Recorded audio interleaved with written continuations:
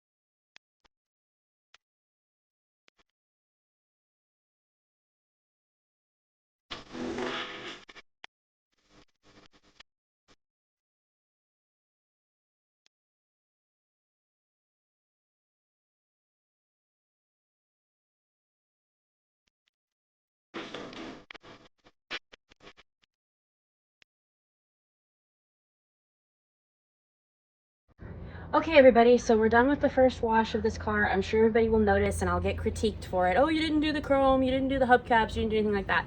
Today wasn't about that. I just wanted to get the dust off the body of the car and just kind of see what we were dealing with since it had just gotten transported here. It was dirty from being on the trailer, things like that. So I will be using my trusty SOS pads. I just bought 2 more boxes last night at the store, so I'll be doing the hubcaps and all the chrome and stainless with that here in a couple days.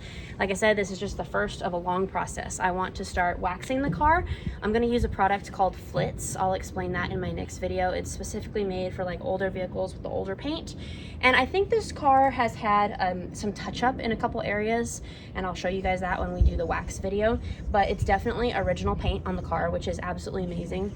As I said earlier, always been garage kept, so thank God for that. Everything is really nice and soft. The seats are soft, the rubber is soft. It's not like, you know, your typical crusty old car.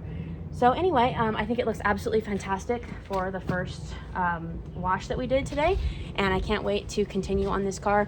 I don't have any help today. All my helpers are at work or busy or something, so kind of missing everybody. But like I said, I can't wait to get back into waxing this car.